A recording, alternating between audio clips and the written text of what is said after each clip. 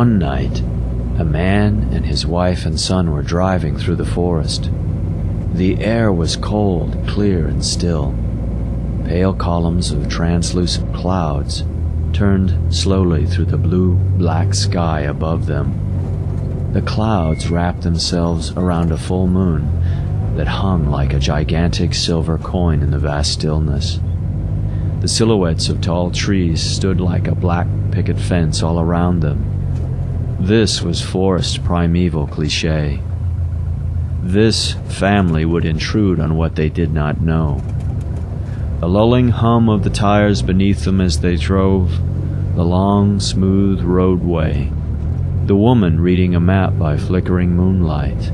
The man daydreaming by night as he drove the car. He longed for a cup of coffee, a large cup of coffee.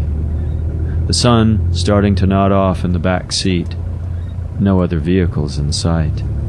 Alone on the highway. Nothing in the world but them. These frozen moments could be the beginning or the end of something. Suddenly, a shadow flew at them from nowhere. Like a dark shape seen out of the corner of your eye when you are laughing about what a friend has said. It flickers, then it's gone, and you wonder if you ever really saw it. Their headlights flashed brightly against whatever it was. They hit something that had entered the path of their trajectory. The brief, brittle bang of a thing being hit by their car. The thing flew upward when it was hit, and just as quickly fell back down in front of them.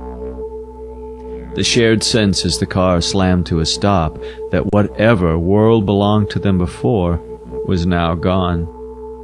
The headlights, twin silver shafts, cutting through the darkness. The forest black, the boy crying, the woman tense and quiet, the man stunned. He shut off the car. A silence like quicksand enveloped them. Had he seen dark wings flapping? Had he seen an arm and a hand? The hot engine of their car ticked and gurgled in the surrounding coolness. The man got out. He walked to the front of the car. Something moved beneath it. The man ran to the trunk, opened it, and pulled out a blue tarp he had there. Whatever it was, he had to take it somewhere. What if it was still alive? He was afraid and confused, but mostly he was awake. He looked at the thing beneath the car. He wrapped it with the crinkling blue stiff plastic tarp. He glimpsed dark feathers and white fur, and a shape as large as a medium-sized child. The man was shaking now. He gathered the thing up and carefully put it in the trunk. He used a short length of rope and tied the trunk lid almost closed. He wanted air to get to it in case it might still live. His son was hysterical, his wife not much better. He ignored their fears. He had to get help fast.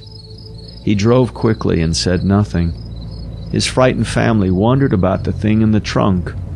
Since it made no noise, they thought it was dead, so why was he hurrying? He steered the car towards a road he knew.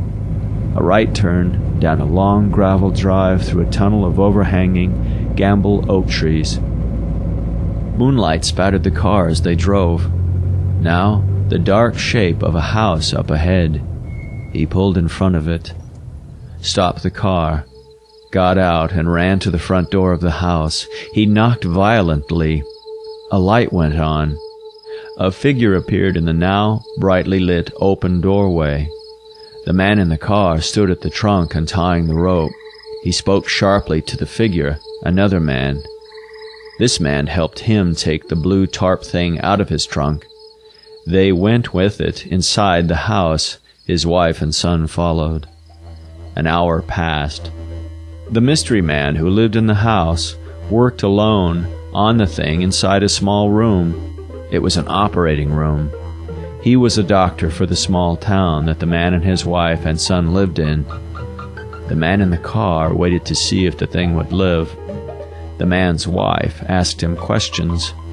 What was the thing that they had struck in the darkness? Was it still alive? Was it human? Were they in trouble? Now, outside, a thick fog began to emerge from the hills and creep towards the house. His son was less frightened, and he was curious about the strange series of events. He told his father that he thought the thing that they had hit was an angelic messenger from God, and that it was delivering a message to some lesser deity when they had hit it. The child's innocent account of the scary night was almost touching, yet the man began to wonder if there might not be something to his son's story. That thing was like no animal he knew of. He had seen something in the headlights when he stooped to pick it up. He saw a wing, a hand, an arm, a head. But what had he seen? He stood now by a window looking out into the darkness, and he imagined he saw angels emerging from the thick fog.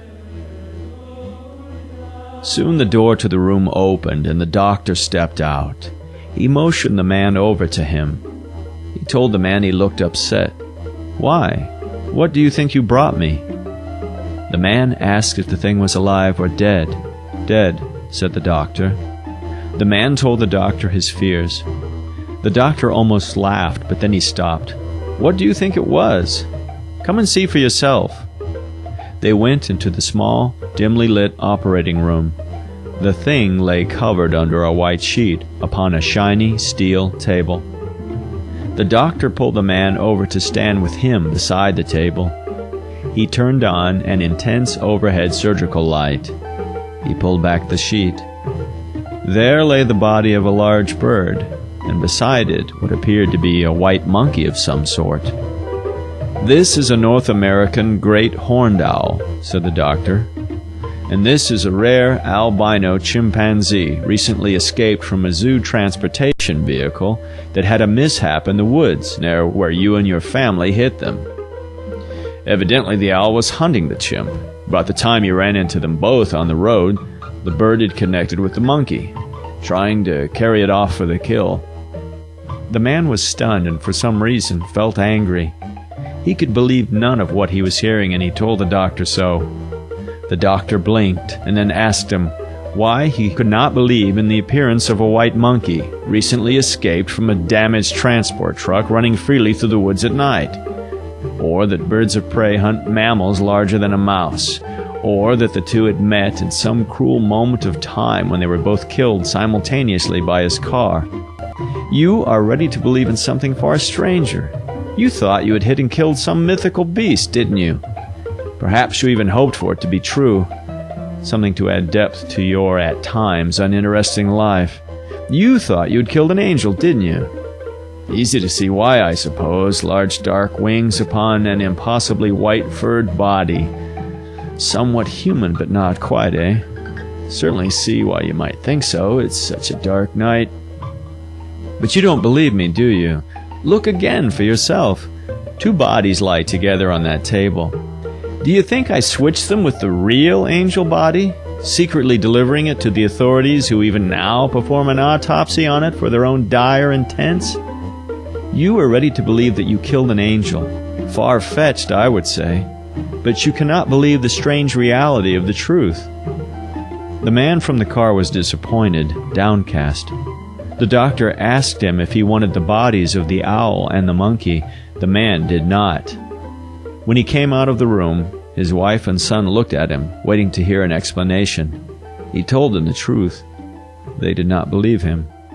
They believed that he was withholding some more awful truth from them. In his heart, he felt like he was. The three of them went home.